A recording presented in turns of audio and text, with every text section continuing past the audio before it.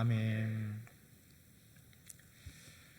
순종의 법칙이 있습니다. 순종의 법칙은 거슬러 올라가는 자가 축복을 받는다라는 것입니다. 하천에 사는 물고기가 건강하면 이제 하류에서 상류로 거슬러 올라갑니다. 거친 물살을 타고 올라가죠. 사실 거친 물살을 올라갈 수 없는 물고기들은 병든 물고기나 아니면 죽은 물고기입니다. 여러분, 왜 물고기가 하천을 그렇게 거슬러 올라갈 수 있을까? 상류로 거친 물을 뚫고 올라갈 수 있을까? 물살이 쉬워서 그럴까요? 그렇지는 않습니다. 물고기는 거친 상류로 올라갈 수 있는 아주 특징적인 그런 구조를 갖고 있기 때문에 그렇습니다. 그러니까 물을 헤쳐 올라갈 수 있는 그런 최상의 구조로 그렇게 가지고 있기 때문에 그러죠.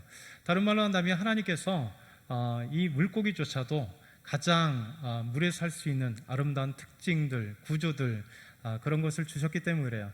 그래서 물고기는 살아있을 때 밑으로 내려가기도 하지만 그 거친 물살로 올라갈 수 있는, 연어가 알을 낳기 위해서 그 거친 물살을 얼마든지 치고 올라갈 수 있는 그런 구조, 그런 능력을 하나님께서 주셨다는 것입니다.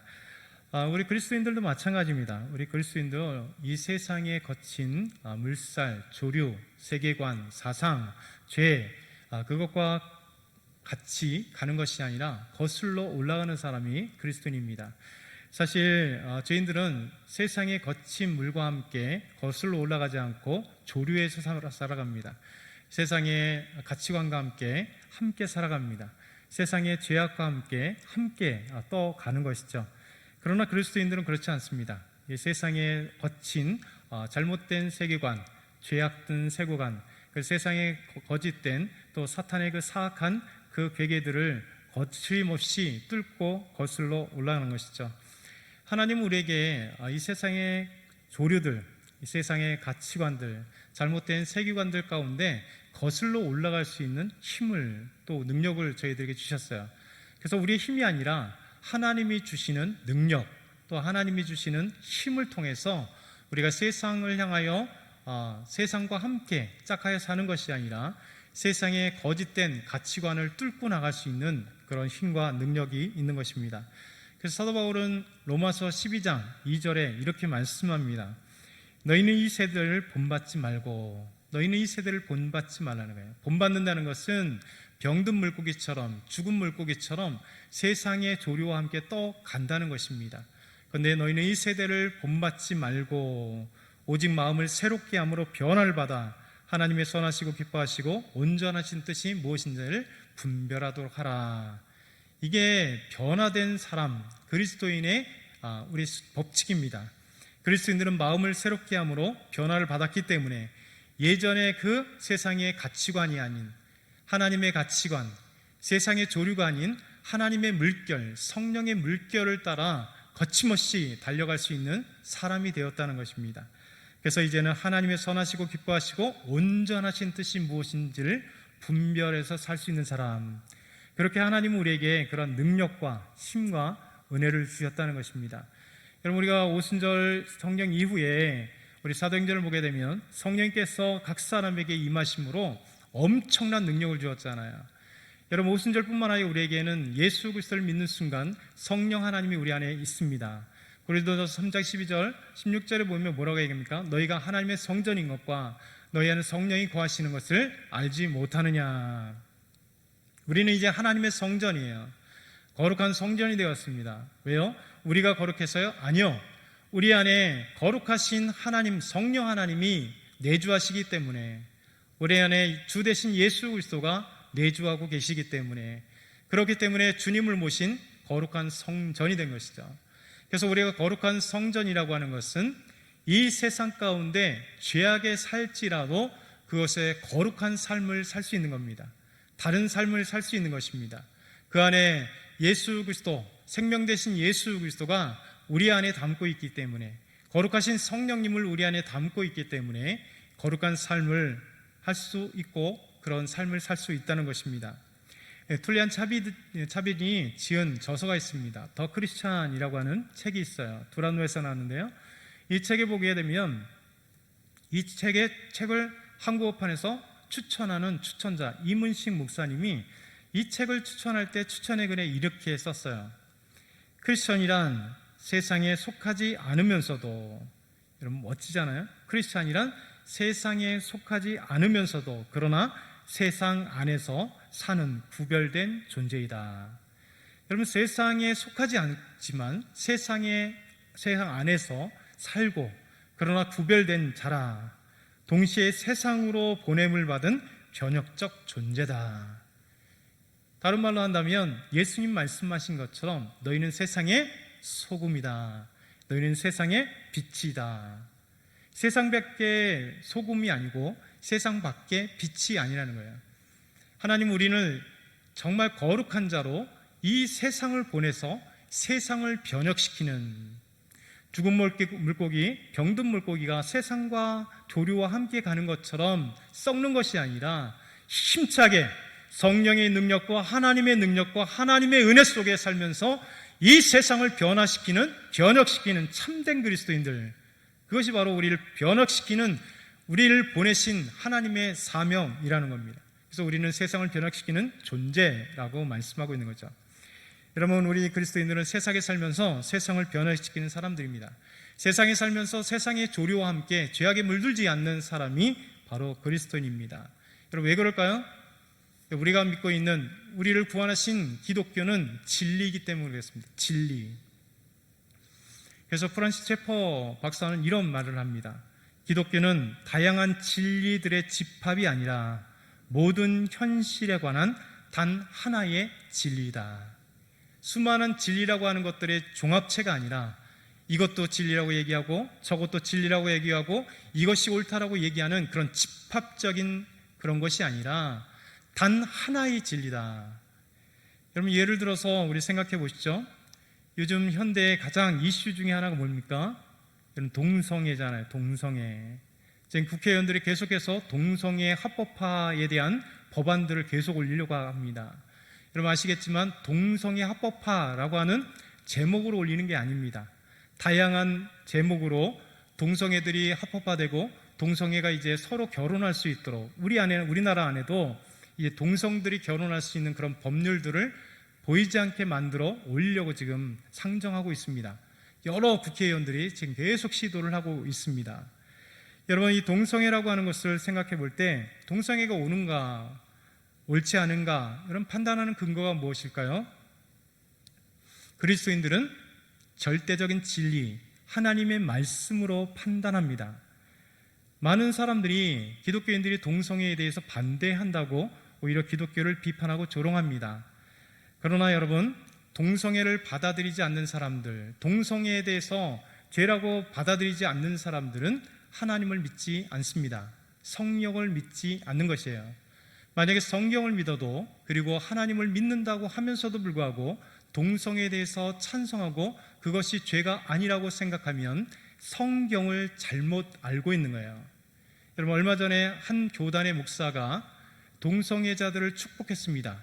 그것으로 인해서 많이 시끄럽습니다. 그 교단에서 그 목사에 대해서 제재를 가했습니다. 그런 수많은 사람들, 동성애 옹호자들이 그 목사를 옹호하기 시작을 합니다. 동성애자들에게 축복한 것이 무엇이 잘못됐느냐라고 이야기를 합니다. 여러분, 우리는 왜 동성애에 대해서 죄라고 얘기하냐? 단 한 가지입니다. 진리신 성경이, 진리신 하나님의 말씀이, 우리의 가치 척도인 하나님의 말씀이 동성애에 대해서 하나님의 죄라고 말씀하시기 때문에 그래요. 여러분, 세상의 가치, 세상의 어떤 기준, 세상의 이론들은요, 여러분 시간이 지나고 환경에 따라 끊임없이 변경됩니다. 100년 전에, 200년 전에 법과 윤리는 수없이 바뀌었습니다.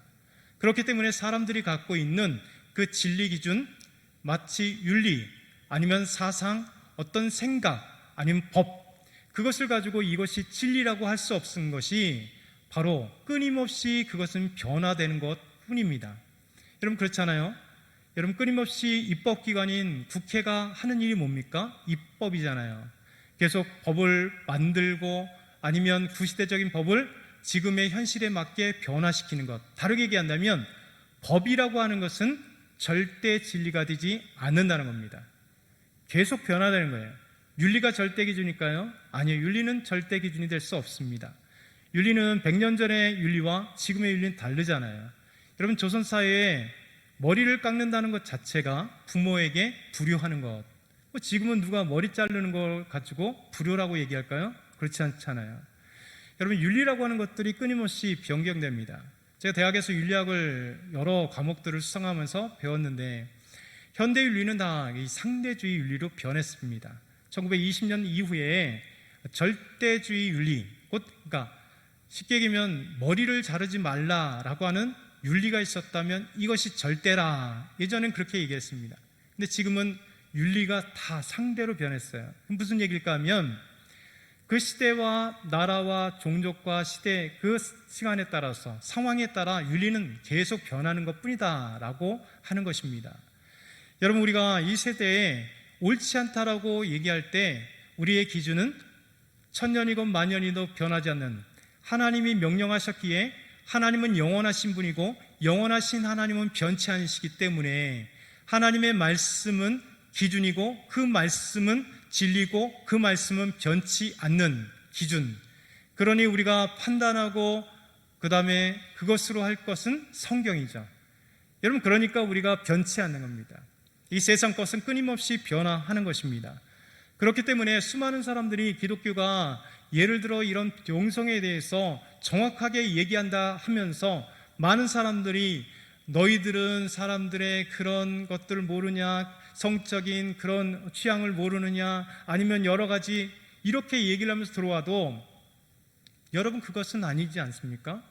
그래서 우리가 정말 참된 그리스도인이라면, 또 하나님의 말씀을 믿는 사람들이라면 나의 생각과 나의 신학적 가치와 나의 견해가 아니라 하나님의 말씀, 곧 하나님께서 성경을 우리에게 어떻게 말씀하셨는가, 그 의미대로 우리가 성경을 읽고 그 의미대로 성경을 따르고 순종하는 거예요. 여러분, 수많은 신학자들이 있습니다.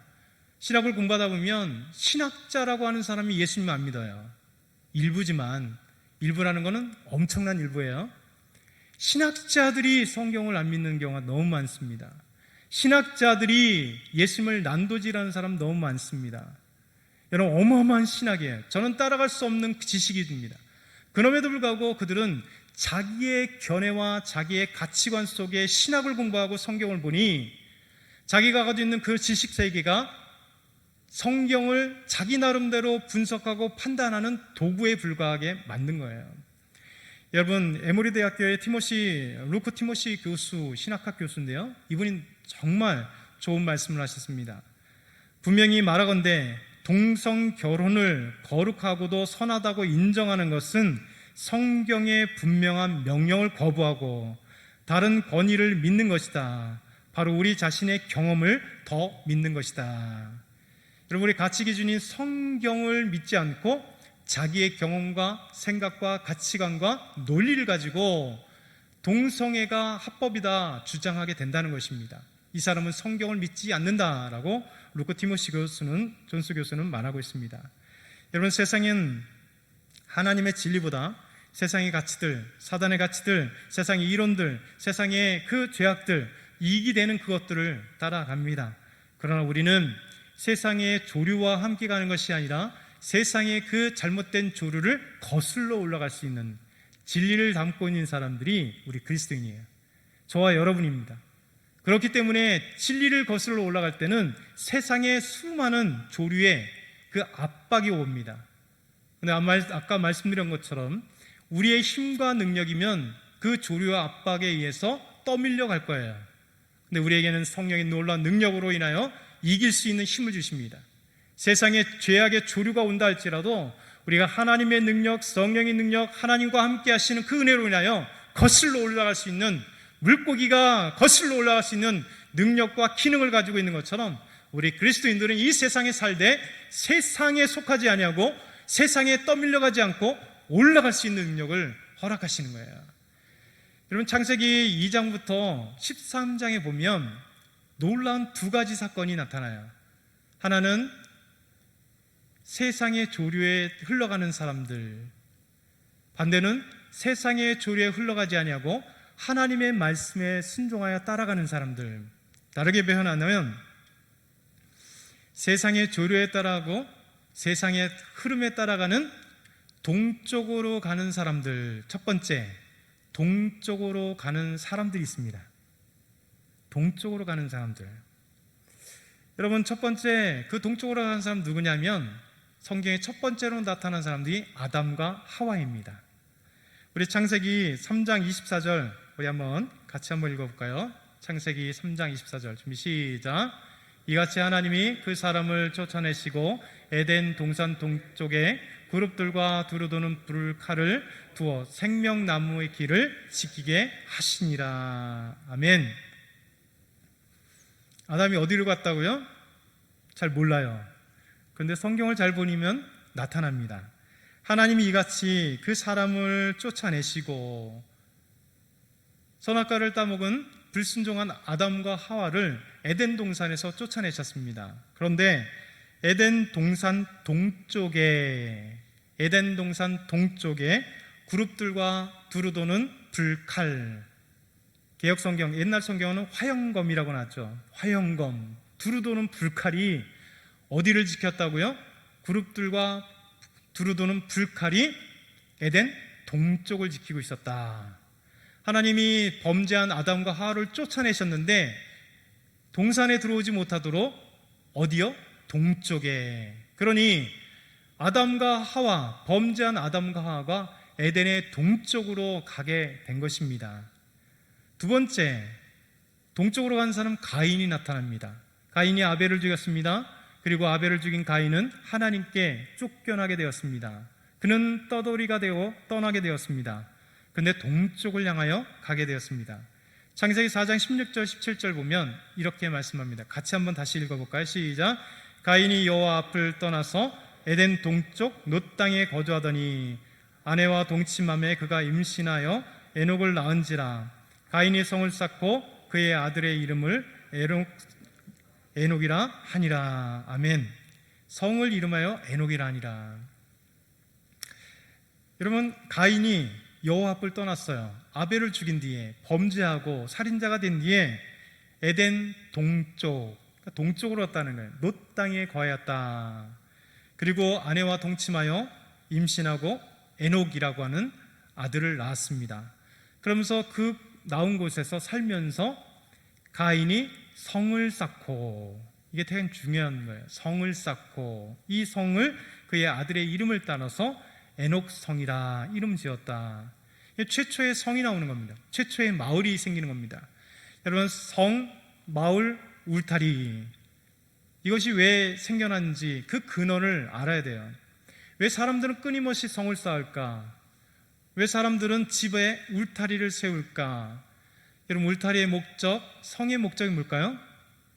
외적으로부터 침입을 방어하는 것, 도도로부터 침입을 방어하는 것, 외부인으로부터 우리 집을 보호하는 것, 이게 울타리 성의 기능이에요. 가인이 아들을 낳고 그의 이름을 따라 성을 쌓았는데 에녹성이라 이름을 붙였어요. 여러분, 성은 보호하는 거라고 했잖아요. 집 울타리는 보호하는 거라고 했잖아요. 왜 보호가 필요할까요? 여러분, 하나님께서 아담과 하와를 창조하셨을 때 먼저 에덴의 동산을 창조하시고 창설하시고 그곳에 아담을 두었을 때는 울타리가 없었습니다. 울타리가 필요 없는 거예요. 보호가 필요 없는 것입니다. 하나님이 보호자가 되시고 하나님과 아름다운 사랑의 교제를 나누고 하나님과 함께 동행하고 하나님의 은혜 속에 살 때는 보호막이 필요 없는 거예요. 두려움이 필요 없는 겁니다. 그런데 아벨을 죽인 살인자가 된 이후에 그의 아버지 아담과 하와가 범죄하고 난 뒤에 사람은 두려움이 생긴 거예요. 그렇기 때문에 사람들은요, 끊임없이 두려움 속에서 보이지 않는 막을 치기 시작합니다. 여러분 집에도 대문에 뭐가 있어요? 도어락이 있잖아요. 다 누구나 열쇠가 있습니다. 왜 그래요? 누가 들어올까 봐 무서운 거죠. 사람을 이렇게 두려움이 생겨요. 죄 때문에 두려움이 생기면서 그 두려움을 보호하고 싶은 마음이 우리 안에 다 있습니다. 그래서 문에도 다 잠금장치를 합니다. 여러분, 이렇게 성을 쌓고 울타리 쌓고 쌓는 거예요. 최초의 성을 쌓은 가인이 하나님이 없으니 두려워서 이런 것을 쌓아요. 두 번째 성이라고 하는 것은 뭐냐면 우리끼리예요. 우리끼리. 도시, 성이 뭡니까? 하나님 필요 없이 우리가 함께 모여서 우리의 필요를 우리가 채우고 우리가 안전하게 살고자 하는 그 사람 중심, 우리 중심이 바로 성이 되는 거예요. 도시가 되는 거예요. 편의와 안락과 안전을 누가 지켜요? 우리 인간이 지키는 거예요. 이게 바로 성의 특징이에요. 성의 기원이에요. 여러분, 세 번째, 동쪽으로 가는 사람들이 있었습니다. 시날 평지에 바벨탑을 쌓는 사람들, 이 사람들이 세 번째 사람들이에요. 자, 우리 창세기 11장 1절 한번 같이 읽어볼까요? 준비 시작. 온 땅의 언어가 하나요 말이 하나였더라. 이에 그들이 동방으로 옮기다가 시날 평지를 만나 거기 거류하며. 어디로 옮겼다고요? 동방으로 옮겼다. 동쪽으로 옮겼다는 거예요. 그곳에 동방으로 옮기다가 시날 평지에 모였어요. 하나님은 흩어지라고 했어요. 생육하고 번성하여 땅에 충만하나 땅을 정복하나 땅을 다스리라. 흩어지라. 흩어지다가 모였어요. 동쪽으로 가다가 그들은 시날 평지에 모여서 무엇을 쌓았다고요? 탑을 쌓은 거예요. 여러분, 탑을 쌓았다는 게 뭡니까? 그것에 모였고 그것이 도시가 생겼고 그것이 그들의 안락처가 생긴 겁니다. 누구 없이요? 하나님 없이. 동쪽으로 가는 사람들의 특징이 성경에 하나님 없이 죄를 지은 사람들이 동쪽으로 간다. 신기하게도 창세기 2장부터 13장에 그 안에 이렇게 말씀하고 있어요. 또 보면 네 번째 사람이 나타납니다. 롯. 자, 네 번째 사람 롯. 삼촌 아브라함을 떠나 죄악의 도시를 향해 가는 롯. 우리 한번 같이 보겠습니다. 창세기 13장 10절에서 11절 말씀 같이 읽겠습니다. 시작. 롯이 눈을 들어 요단 지역을 바라본즉 수알까지 온 땅의 물이 넉넉하니 여호와께서 소돔과 고모라를 멸하시기 전이었으므로 여호와의 동산 같고 애굽 땅과 같았더라. 그러므로 롯이 요단 온 지역을 택하고 동으로 옮기니 그들이 서로 떠난지라. 여러분, 동으로 옮겼습니다. 요단 지역, 넓은 지역의 풍요로운 곳을 보고 삼촌 아브라함을 빠빠이 하고 떠났어요. 근데 그곳이 동으로 떠났는데 무엇이 있었다고요? 어떤 도시가 있었다고요? 소돔과 고모라가 있었다. 하나님이 소돔과 고모라를 멸망하기 전이었으므로 풍요로운 땅, 아름다운 땅, 정말 살기 최적인 도시 소돔과 고모라가 그곳 땅에 있었다라고 얘기하는 거예요. 근데 그곳이 동쪽이었다는 거예요. 여러분, 하나님을 떠나 아브라함께 했었던 아름다운 것들을 떠나 롯은 바라보기에 아름다운 땅, 목초지가 풍부한 땅, 풍요로운 땅, 무엇으로요? 눈으로 보기에만. 근데 실제 그 안에는 무서운 소돔과 고모라가 있었던 그 땅이 있었다. 여러분, 동쪽으로 가는 건 뭐냐면 이렇게 세상의 조류를 따라가는 거예요. 세상의 가치관을 따라갑니다. 세상의 그 모든 환락과 쾌락을 따라 권력과 돈을 따라 가는 거예요. 왜냐하면 그 안에 죄가 있는데 죄를 모르기 때문에. 눈으로 볼 때 너무 좋아요. 세상의 가치가 얼마나 좋습니까? 세상의 가치관대로 살아야 부자가 되고 세상의 가치관대로 따라야 승승장구하게 승진하고 세상의 가치관대로 따라야 권력의 자리에 탁 갈 수 있잖아요. 얼마나 우리 눈에는 황홀하게 보이고 좋은 것 같이 보입니까? 그러나 우리가 세상에 살아가되 결코 죄라고 하는 것을 보지 못하면 안 돼요. 죄를 보셔야 돼요. 그래서 우리가 세상에 속해 있으나 세상을 변화시키는 그런 건강한 물고기처럼 건강한 그리스도인들, 하나님과 함께하는 그리스도인이 되어야 된다는 것입니다. 그래서 성경에서 우리가 동쪽으로 가는 그 사람들의 모습만 보지 말고 그 속에 숨어있는 무서운 죄를 발견해야 되는 거예요. 오늘 두 번째, 그러면 세상을 거슬러 가고 세상의 죄악을 거슬러 가는 참된 하나님의 사람 누구인가? 바로 아브라함이 있다는 거예요. 아브라함. 두 번째 서쪽으로 가는 아브라함이 있었다라고 말씀합니다. 여러분, 아브라함은 세상의 조류에 따라가지 않았습니다. 하나님의 말씀을 따라갔습니다. 세상의 악에 대한 것이 아니라 선에 대해서 따라가고 진리의 말씀, 하나님의 말씀을 따라갔습니다. 하나님의 명령에 따라간 사람이 아브라함이에요. 오늘 말씀 창세기 12장 1절, 우리 한번 같이 12장 1절 보겠습니다. 준비 시작. 여호와께서 아브라함에게 이르시되 너는 너의 고향과 친척과 아버지의 집을 떠나 내가 내게 보여줄 땅으로 가라. 아직 아브라함이 되지 않은 아브라함에게 말씀하십니다. 여러분, 하나님께서 아브라함에게 너의 고향과 친척과 아버지의 집을 떠나가라. 그리고 내가 보여줄 땅으로 가라. 보여줄 땅이에요. 지금이 아니라 말씀에 순종하여 가게 되면 하나님이 계속해서 보여주는 거예요. 우리가 이렇기 때문에 때로는 힘들어요. 하나님 우리에게 비전을 보여주시고 하나님께서 우리에게 어떤 기도의 응답을 보여주시면 딱 보여주면 얼마나 좋아요. 여기서 100m 거리 가고 그 다음에 오른쪽으로 200m 가라, 이러면 얼마나 편하겠습니까? 근데 하나님은 그냥 보여줄 땅이에요. 안 보여주면 없는 거예요. 그때 머무르는 겁니다. 하나님의 말씀 따라 보여준 대로 가고 그것까지 보여준 데까지 가고 멈추는 거예요. 또 하나님 보여주는 데 가는 거예요. 그래서 우르를 떠나서 어디까지 갔습니까? 하란 땅에 가서 거기까지 보여줬다는 얘기잖아요. 그리고 하란 땅에서 머물러 있습니다. 그리고 부유하게 되죠. 근데 75세 때 하란을 떠났다는 것은 하나님이 다시 가야 될 그곳을 보여주셨다는 겁니다. 이 신앙의 법칙은 이런 거예요. 하나님이 보여주실 때 가는 겁니다. 보여주시지 않을 때는 나의 생각과 나의 뜻이 결비되어서 다른 곳으로 가는 것이 아니라 거기까지예요. 그래서 하나님께 순종하여 거기까지 가는, 이것이 믿음의 법칙입니다. 여러분, 다른 사람 모두 다 동쪽을 향하여 갔습니다. 세상과 순응에 달려갔습니다. 그렇다면 아브라함처럼 하나님이 보여주실 말씀을, 그 보여주신 땅을 순종하여 갈 때, 이 세상이 거슬러 올라갈 때 아브라함은 손해를 보지 않을까? 아브라함이 이 세상의 왕따가 되지 않을까? 우리는 걱정하게 됩니다.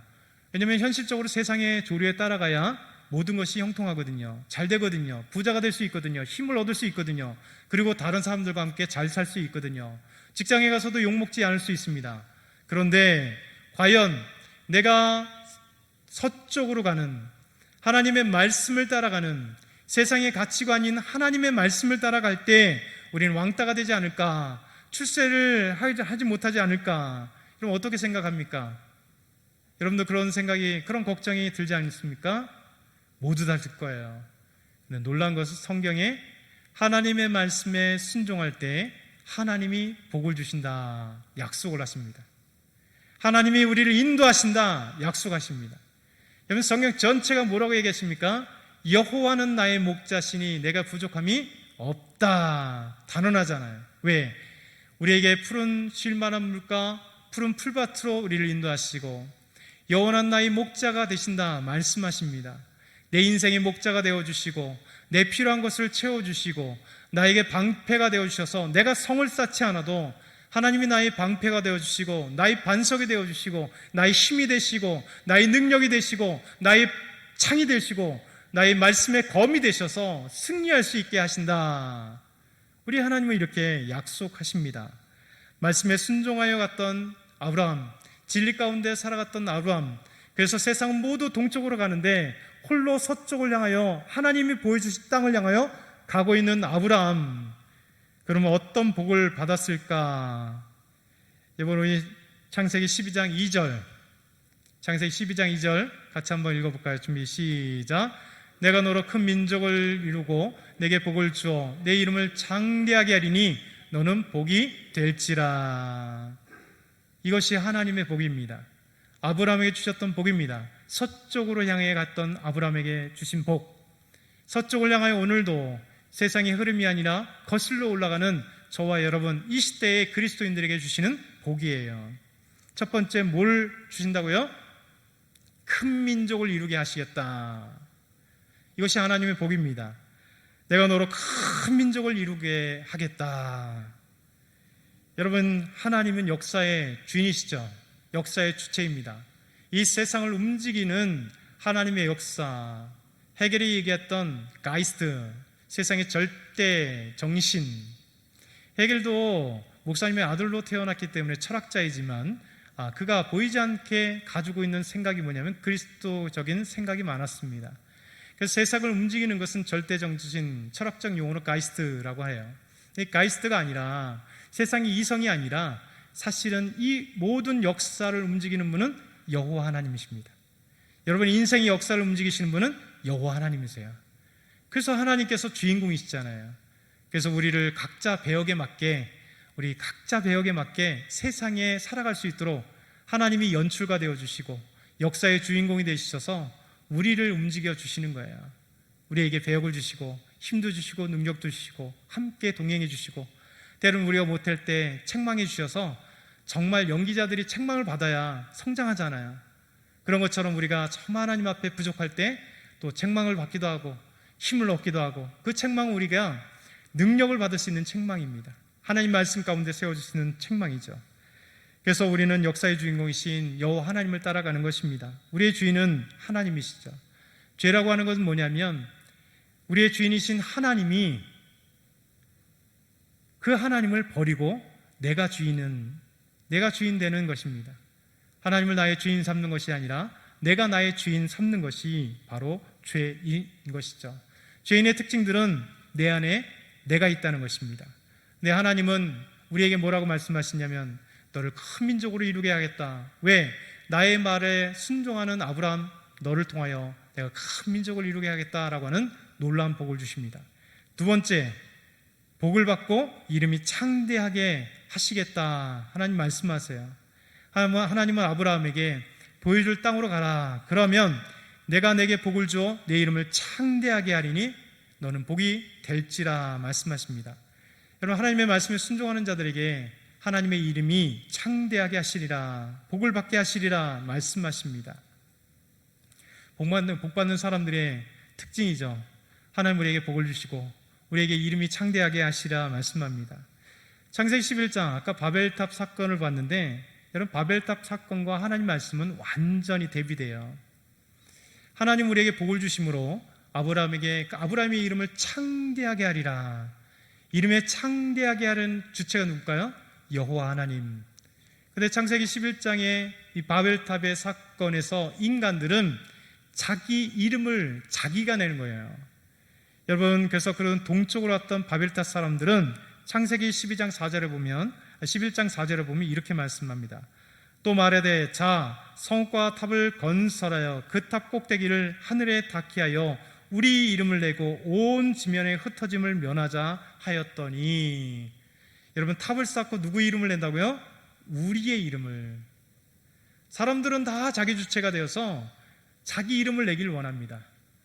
우리가 우리 이름을 내길 원하고요, 공동체는 우리 공동체의 이름을 내고, 우리 민족의 이름을 내길 원하고요, 우리 나라의 이름을 내길 원하고요, 우리 축구대표팀의 이름을 내길 원하고요, 우리 기업의, 우리 회사의 이름을 내기를 원하는 거죠. 이름을 내기를 원해요. 근데 누가요? 우리가, 내가. 중심은 하나님이 아니라 내가 되는 것입니다. 이기주의 중심입니다. 여러분, 그러나 하나님 우리에게 말씀하실 때 하나님의 말씀에 순종하여 보여줄 땅으로 가게 되는 서쪽으로 향하는 아브라함에게는 하나님이 내 이름을 창대하게 하리라 말씀하십니다. 여러분, 성경 이름 전체를 보세요. 하나님의 이름이, 하나님께서 이름을 창대하게 하신 사람들의 이름이 얼마나 빛나는가요? 하나님께서 아브라함의 이름을 창대하게 하셨잖아요.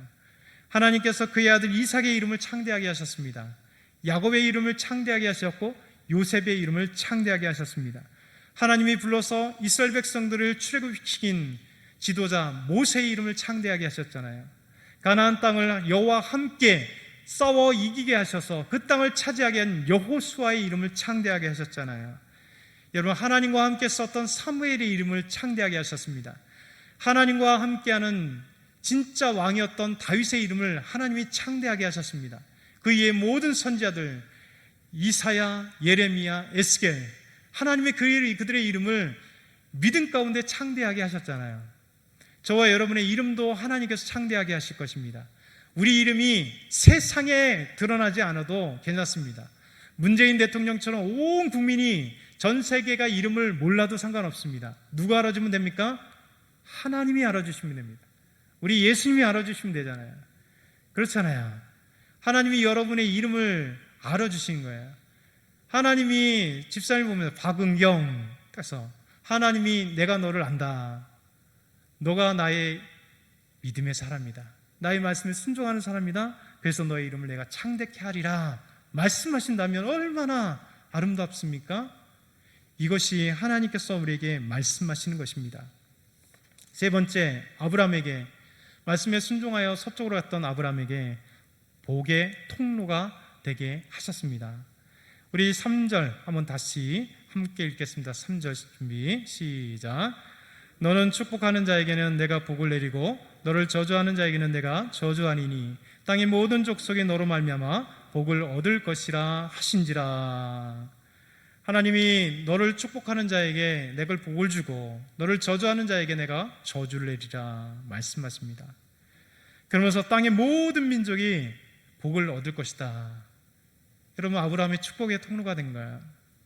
하나님은 우리 믿음의 사람들이 다 축복의 통로가 되길 원합니다. 옆에 보세요. 옆에 계신 분이 얼마나 아름다운 분들일까요? 우리 한번 이렇게 얘기해 볼까요? 당신은 축복의 통로입니다. 바꿔 얘기해서 옆에 분들을 보면서 내가 축복의 통로입니다. 그래서 그리스도인들은 서로 무시하면 안 돼요. 우리가 서로 축복의 통로인 거예요. 하나님은 우리를 통하여 정말 우리 교회의 믿음의 식구들, 우리 구역의 식구들이 나를 통하여 하나님의 복이 흘러가길 원합니다. 하나님의 복을 받기를 원합니다. 나를 통하여 우리 가정이 하나님의 복을 받기를 원합니다. 나를 통하여 우리 사랑하는 손주들이 복을 받기를 원합니다. 나를 통하여 이 나라 민족이 복을 받기를 원합니다. 이게 그리스도인들의 당당함이잖아요. 비록 세상에서 돈이 없을 수도 있어요. 이름이 알려지지 않을 수도 있습니다. 그러나 우리는 하나님의 귀한 말씀을 받은 자요, 예수 그리스도를 통하여 구원받은 자요, 진리를 수호하고 진리를 아는 자입니다. 하나님은 약속하셨어요. 아브라함에게 약속하신 것처럼 우리가 축복의 통로, 하나님께서 우리에게 복의 통로가 되게 하시겠다, 너게 복이 될지라 말씀하십니다. 그런데 땅의 모든 민족이래요. 야, 멋지지 않습니까? 아브라함에게 땅의 모든 민족이 너로 인하여 복을 받을 것이다 약속하셨습니다. 사실 아브라함은 실제 땅의 모든 민족이 복의 통로가 되었습니다. 여러분, 아브라함의 자녀가 누굴까요? 약속의 작은 자녀는 이삭이잖아요. 이삭은 이스라엘 유대인의 조상이잖아요. 그렇잖아요. 아브라함이 조상이고 이삭이 약속의 땅. 유대인들 이삭만 있나요? 첫째 아들 이스마엘이 있습니다. 이스마엘은 중동 사람들, 아랍 사람들이 다 그의 후손들이잖아요. 이스마엘이 중동 사람들, 특별히 이슬람을 믿고 있는 사람들은 다 이스마엘이 자기 조상이라고 얘기합니다. 자기 조상들이에요. 여러분, 두 민족만 있나요? 아니에요. 큰 두 민족도 있지만 여러분 잘 생각하지 않는 아브라함의 그 이후에 후처 구두라라는 사람이 있어요. 구두라. 이 여인이 자녀들을 낳았습니다. 창세기 25장 1절에 4절 보면 이렇게 말씀합니다. 아브라함이 후처를 맞이하였으니 그의 이름은 구두라라. 그가 시므란과 욕산과 무단과 미드안과 이스박과 수아를 낳고 욕산은 스바와 드단을 낳았으며 드단의 자손은 아수르 족속과 루드시 족속과 루미 족속이며 미디안의 아들은 에바와 에벨과 하녹과 아비다와 엘다다니 다 구두라의 자손들이었더라. 여러분, 아브라함이 후처 구두라를 후에 또 만남으로 자녀를 낳고 자녀가 또 민족들을 이뤄가요. 결국 하나님께서 아브라함에게 너는 모든 땅의 모든 민족으로 복을 얻게 하시는 복의 통로가 되게, 수많은 민족의 복의 통로가 되게 하시는 아브라함입니다. 그러면 여기서 한번 잠깐 우리가 마지막으로 생각해 봐야 돼요. 우리는 뭘까요? 구두라의 후손도 아니고 하갈의 후손도 아니고 사라의 후손도 아니에요. 이삭, 이스마엘 그리고 구두라의 자녀들처럼 우리는 한 민족인데 우리 아브라함과 무슨 상관이 있습니까? 라고 얘기할 수 있습니다. 근데 여러분, 놀라운 사실은 하나님을 믿음에 예수 그리스도를 믿음에 우리는 믿음의 자녀가 되어서 아브라함과 함께 복을 누리게 하나님께서 하셨다는 거예요. 이게 갈라디아 3장 6절부터 9절 아주 중요한 말씀입니다. 사도 바울이 이방인들에게 주의 복음을 증거하면서 이방인인 너희는 유대인도 아닌데 왜 복을 받느냐, 하나님의 자녀가 될 수 있느냐, 하나님의 자녀가 되었기 때문에 너희도 왜 복을 받을 수 있느냐에 대한 말씀을 해주신 거예요. 아브라함이 하나님을 믿음에 그것을 그에게 의로 정하셨다 함과 같으니라. 그런즉 믿음으로 말미암은 자들은, 중요해요, 믿음으로 말미암은 자들, 이방인이잖아요, 우리예요, 아브라함의 자손인 줄 알지어다. 여러분과 제가 믿음으로 아브라함의 자녀가 된 거예요. 또 하나님이 이방을 믿음으로 말미암아 의로 정하실 것을 성경이 미리 알고 먼저 아브라함에게 복음을 전하되 모든 이방인이 너로 말미암아 복을 받으리라 하였느니라. 그러므로 믿음으로 말미암는 자는 믿음 있는 아브라함과 함께 복을 받느니라. 이것이 사도 바울이 우리에게 전해주신 말씀입니다. 이방인은 우리도 하나님의 자녀가 된다. 곧 믿음으로 말미암아. 아브라함이 하나님을 믿음에 그를 의로운 자로 여기신 것처럼 우리가 하나님을 믿음에 예수 그리스도를 믿음에 아브라함의 자손이 되어서 우리가 아브라함에게 주셨던 이 놀라운 복을 우리도 누릴 수 있다는 것입니다. 저와 여러분은 오늘 말씀을 정리합니다. 여러분, 세상에 동쪽으로 가는 사람들이 있습니다. 세상의 흐름 따라가는 사람들이 있습니다. 죄악과 함께 따라가는 사람들이 있습니다. 그러나 그 결말은 소돔과 고모라 같이 멸망입니다. 그런데 세상과 같이 가지 않고 그 흐름을 역행하여 하나님의 말씀에 순종해가는 동쪽을 아닌 서쪽을 가는 사람들, 그 아브라함처럼 우리가 하나님의 말씀에 순종해 간다면 하나님께서 놀랍게 우리에게 복을 주십니다. 어떤 복이요? 큰 민족을 이룰 수 있는, 복을 받고 이름이 창대하게 하시는, 복의 통로가 되게 하시는, 복이 되게 하시는 하나님의 놀라운 은혜가 저와 여러분에게 있습니다. 오늘 이 말씀을 기억하시고 오늘 힘내시고 오늘도 믿음으로 승리하는 저와 여러분 다 되길 축원합니다. 하나님 감사합니다. 오늘도 하나님 말씀 주셔서 감사합니다. 말씀대로 살아가게 하옵소서, 믿게 하옵소서. 예수 그리스도의 이름으로 기도드렸나이다. 아멘.